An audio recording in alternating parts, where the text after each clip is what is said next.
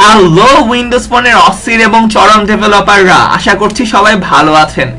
আমি Tanvir Hasan Sourav, Microsoft student partner Ahsanullah University of Science and Technology, এবং আপনাদের জন্য আমি যে টিউটোরিয়ালটি নিয়ে এসেছি সেটা হচ্ছে build apps with no code app studio.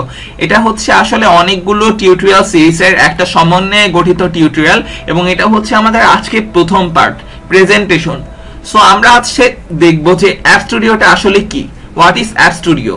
App স্টুডিওটাকে এভাবে সংজ্ঞায়িত করা যায় যে এটা হচ্ছে ইন্টারেক্টিভ বাই নেচার, অর্থাৎ এটা নিজের মধ্যে অনেক ইন্টারেক্টিভ, এটার মধ্যে কোনো কোডের প্রয়োজন হয় না। হাই হাই অ্যাপ বানাবেন, কোড লাগবে না, চরম মজার জিনিস। তারপরে হচ্ছে ইটস টোটালি ফান, হ্যাঁ এটা অনেক মজার। তারপরে হচ্ছে এটা আপনি যেই কোনো অপারেটিং সিস্টেমে ব্যবহার করেন না কেন, যেই কোনো ভার্সন, জাস্ট কোনো সমস্যা নেই, আপনার শুধু ইন্টারনেট কানেকশন থাকলেই হবে, আপনি অনায়াসে চরম চরম অ্যাপ বানিয়ে ফেলতে পারবেন। আর এটার মধ্যে জাস্ট যে কাজটা করতে হবে আপনাকে, জাস্ট ড্র্যাগ ড্রপ এবং সেভ, ভায়োলা, আপনার তো কাজ পুরো শেষ হয়ে গেছে, অ্যাপই বানানো শেষ। আর এইটা দিয়ে আপনি যে কাজটা করতে পারবেন, একই সাথে উইন্ডোজ এবং উইন্ডোজ ফোনের জন্য অ্যাপ তৈরি করতে পারবেন। সো এখন আমরা আসলে দেখি যে এটার ওয়েবসাইট অ্যাড্রেসটা কি। এটার ওয়েবসাইট অ্যাড্রেসটা হচ্ছে যে আপনার www.appstudio না দিলেও চলবে, http://appstudio.windows.com। এই ওয়েবসাইটটাতে গিয়ে হচ্ছে আপনি আপনার অ্যাপটা বানাবেন। এখন আরো দুইটা ইম্পর্টেন্ট লিঙ্ক আমরা দেখবো, সেটা হচ্ছে উইন্ডোজ স্টোরের জন্য। আপনি যদি উইন্ডোজের জন্য অ্যাপ বানান তাহলে যে ওয়েবসাইটটার মধ্যে আপনাকে যেতে হবে সেটা হচ্ছে https://appdev.microsoft.com/store-portals। এছাড়া আপনি যদি উইন্ডোজ ফোনের জন্য অ্যাপ তৈরি করতে চান তাহলে আপনাকে যেতে হবে http://dev.windowsphone.com এই ওয়েবসাইটটিতে। এখানে গিয়ে হচ্ছে আপনি উইন্ডোজ ফোনের জন্য অ্যাপ সাবমিট করতে পারবেন। সো এখন আসলে আমরা দেখি যে অ্যাপ স্টুডিওটা কিভাবে কাজ করে। আমাদের অ্যাপ স্টুডিওর প্রথম পেজটা হচ্ছে যে এটা হচ্ছে আমাদের ফ্রন্ট পেজ। এই ফ্রন্ট পেজের মধ্যে আমরা দেখতে পাচ্ছি যে এখানে হচ্ছে আমাদের সাইন ইন একটা অপশন আছে। এখানে হচ্ছে আমরা হচ্ছে আমাদের নিজস্ব লাইভ আইডি অথবা আউটলুক আইডি অথবা হটমেল আইডি, অর্থাৎ আমাদের মাইক্রোসফট অ্যাকাউন্ট দিয়ে এই ওয়েবসাইটটার মধ্যে হচ্ছে আমরা সাইন ইন করব, এবং করার পরে হচ্ছে আমাদের একটা ইউজার নেম দিতে হবে। প্রথমবার যখন আমরা সাইন ইন করবো যে কোনো নাম দিলেই হবে, যদি ওই নামটা অলরেডি টেকেন না হয়ে থাকে তাহলে আপনি গুড টু গো। এবং এরপরে হচ্ছে আপনি স্টার্ট নিউ প্রজেক্টটিকে নতুন একটা প্রজেক্ট ক্রিয়েট করে হচ্ছে আপনি কাজ শুরু করবেন। এখন আমরা যে জিনিসটা দেখব সেটা হচ্ছে আমাদের বিভিন্ন ধরনের টেমপ্লেট আছে। আপনি যদি ক্রিয়েট নিউ প্রজেক্ট বাটনে ক্লিক করেন তাহলে হচ্ছে এখানে আপনার একটা এরকম অনেকগুলো টেমপ্লেট দেখাবে। এখানে হচ্ছে MTF, MyCity catalogue, Contoso limited, Windows app studio, my favourite band, এখানে আরো কিছু টেমপ্লেট দেওয়া আছে। এগুলো হচ্ছে বাই ডিফল্ট কিছু টেমপ্লেট আপনাকে ওরা আগের থেকে বানিয়ে দিয়েছে ওয়েবসাইটের মধ্যে, আপনি সেগুলো শুধু এডিট করবেন এবং করে হচ্ছে আপনি অ্যাপটা তৈরি করবেন। সো এখন হচ্ছে আমরা যেটা দেখবো, এখানে সবগুলোই হচ্ছে মোটামুটি এক ধরনের প্যাটার্ন অবলম্বন করে তৈরি করা হয়েছে, ফলো করে তৈরি করা হয়েছে, বাট একটা হচ্ছে একটু ইউনিক, যেটার সাথে অন্য কোনোগুলোর কোনো মিল নেই। সেই ওয়েব টেমপ্লেট হচ্ছে সেই টেমপ্লেটটি হচ্ছে ওয়েব অ্যাপ টেমপ্লেট। সো হচ্ছে এখন আমরা দেখবো যে ওয়েব অ্যাপ টেমপ্লেটটা কিভাবে কাজ করে। ওয়েব অ্যাপ টেমপ্লেটটা হচ্ছে একটু আলাদা, অন্য যে কোনো টেমপ্লেটের চেয়ে এটা হচ্ছে আলাদা, কারণ হচ্ছে এখানে জাস্ট হচ্ছে আপনার একটাই পেজ থাকে, আপনি একটার অধিক পেজ ক্রিয়েট করতে পারবেন না।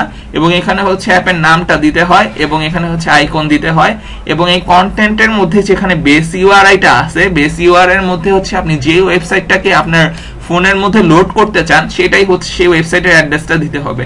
আর আরেকটা ব্যাপার হচ্ছে, আপনি যদি এই ওয়েব টেমপ্লেট দিয়ে অ্যাপ তৈরি করেন, ওয়েব অ্যাপ টেমপ্লেট দিয়ে, তাহলে হচ্ছে আপনি সেটা শুধু উইন্ডোজ ফোন 8 এর জন্য তৈরি করতে পারবেন, এটা ইউনিভার্সাল অ্যাপে সাপোর্ট করবে না। আর এখানে হচ্ছে আপনি দেখতে পাচ্ছেন যে অ্যাপ বার দুইটা হচ্ছে বাই ডিফল্ট অ্যাপ বার দেওয়া আছে, অর্থাৎ এই দুইটা অ্যাপ বার, একটা হচ্ছে হোম বাটনে যাওয়ার জন্য আর একটা হচ্ছে পেজটাকে রিলোড করার জন্য। এই দুইটাই আপনার বাই ডিফল্ট থাকে, আপনি এগুলো চাইলে চেঞ্জও করতে পারবেন, বাট আসলে চেঞ্জ করা যায় না। আপনার বাইন্ডিং করলে জাস্ট এই দুইটা অপশনই থাকে, একটা হচ্ছে ইউআরএল বাইন্ড করা যায় আর একটা হচ্ছে আপনার রিলোড বাইন্ড করা যায়, এই দুইটা জিনিসই থাকে। সো এই হচ্ছে আপনি জাস্ট কোনো একটা ওয়েবসাইটের অ্যাড্রেস, ফর এক্সাম্পল ধরা যাক আপনি facebook.com, এখানে http://facebook.com m.facebook.com মোবাইল ভার্সনের জন্য দিয়ে সেভ করলে তাহলে হচ্ছে এটা মোবাইল ভার্সনে ফেসবুক যেভাবে কাজ করে সেভাবে কাজ করবে। সো এবার আমরা দেখি যে আমাদের এমটি অ্যাপটা কি। এমটি অ্যাপটা হচ্ছে আপনি যদি একবারে নিজের থেকে নতুন করে কোনো ওয়েব টেমপ্লেট বা কোনো অ্যাপ টেমপ্লেট ব্যবহার না করে পুরো নিজের মতো অ্যাপ বানাতে চান তাহলে হচ্ছে আমরা এমটি অ্যাপটা তৈরি করব। দা এমটি অ্যাপ ক্রিয়েট অ্যাপে গিয়ে আমরা এমটি অ্যাপ সিলেক্ট করব এবং তারপরে কাজ করব। এখন MTF এর মধ্যে গেলে আমরা যেটা জিনিস দেখতে পারবো সেটা হচ্ছে মেইন পেজের যে আমাদের ফার্স্ট পেজটা আসবে ওকে দেওয়ার পর MTF এ সেটা অনেকটা এরকম হবে। এখানে হচ্ছে আপনি আপনার অ্যাপের লোগো দিবেন, অ্যাপের নাম দিবেন এবং তারপরে হচ্ছে এখানে আপনি দেখতে পারবেন যে আপনার 6টা সেকশন আইটেম অ্যাড করার অপশন আছে। আপনি 6টার বেশি সেকশন আইটেম অ্যাড করতে পারবেন না। নিচে যে জিনিসগুলো আপনি দেখতে পাচ্ছেন এগুলো হচ্ছে সেকশন আইটেম।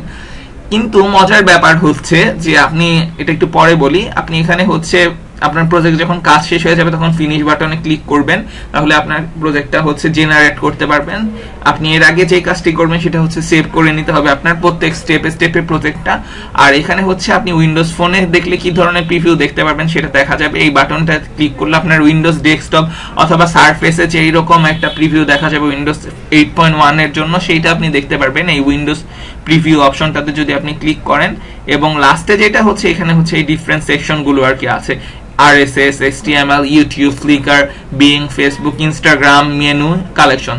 সো এইগুলো হচ্ছে আমাদের মোটামুটি মেইন জিনিস। এবার হচ্ছে আমি আরো কিছু ইম্পর্টেন্ট লিঙ্ক আপনাদেরকে এখানে দিয়ে দিব। সেই ইম্পর্টেন্ট লিঙ্কগুলো হচ্ছে ইম্পর্টেন্ট ট্রিক্স বলবো। সেটা হচ্ছে আপনি যদি সেকশন আইটেম ক্রিয়েট করেন তাহলে আপনি 6টার বেশি সেকশন আইটেম ক্রিয়েট করতে পারছেন না। বাট আপনি যদি এখানে দেখতে পারবেন যে পিছনে গেলে আমি যদি ব্যাকে যাই, এখানে আছে একটা অপশন যেটা হচ্ছে আমাদের এখানে মেনু। আপনি যদি একটা মেনু ক্রিয়েট করেন তাহলে এই মেনুর মধ্যে আপনি 24টা সেকশন অ্যাড করতে পারবেন।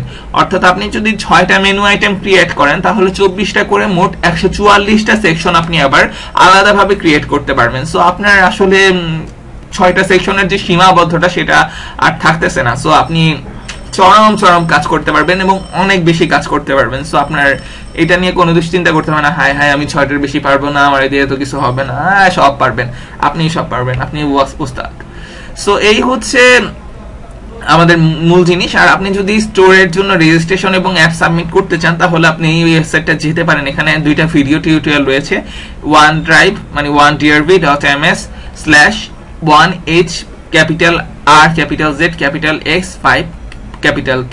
সো এই ওয়েবসাইটে গেলে হচ্ছে আপনি টিউটোরিয়াল পাবেন দুটো, যেটা দিয়ে হচ্ছে আপনার উইন্ডোজ স্টোরে কিভাবে আপনি রেজিস্ট্রেশন করবেন অ্যাকাউন্ট এবং কিভাবে হচ্ছে আপনি উইন্ডোজ স্টোরে এবং উইন্ডোজ ফোন স্টোরে অ্যাপ সাবমিট করবেন সেই ব্যাপারে একটা টিউটোরিয়াল আছে।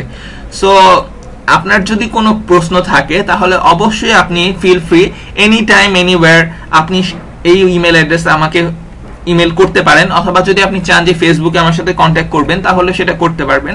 এটা হচ্ছে আমার ফেসবুক ইউজার নেম।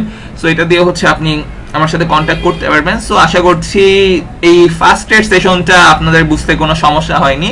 সো সবাইকে ধন্যবাদ, আপনারা হচ্ছে ডেভেলপিং এর ফার্স্ট স্টেপ পার করে ফেলেছেন। সো সবাই ভালো থাকবেন, সুস্থ থাকবেন এই কামনায় আমি তানভীর হাসান সৌরভ আমার টিউটোরিয়াল প্রথম পর্বের সমাপ্তি টানছি। ধন্যবাদ অস্থির ডেভেলপার্স।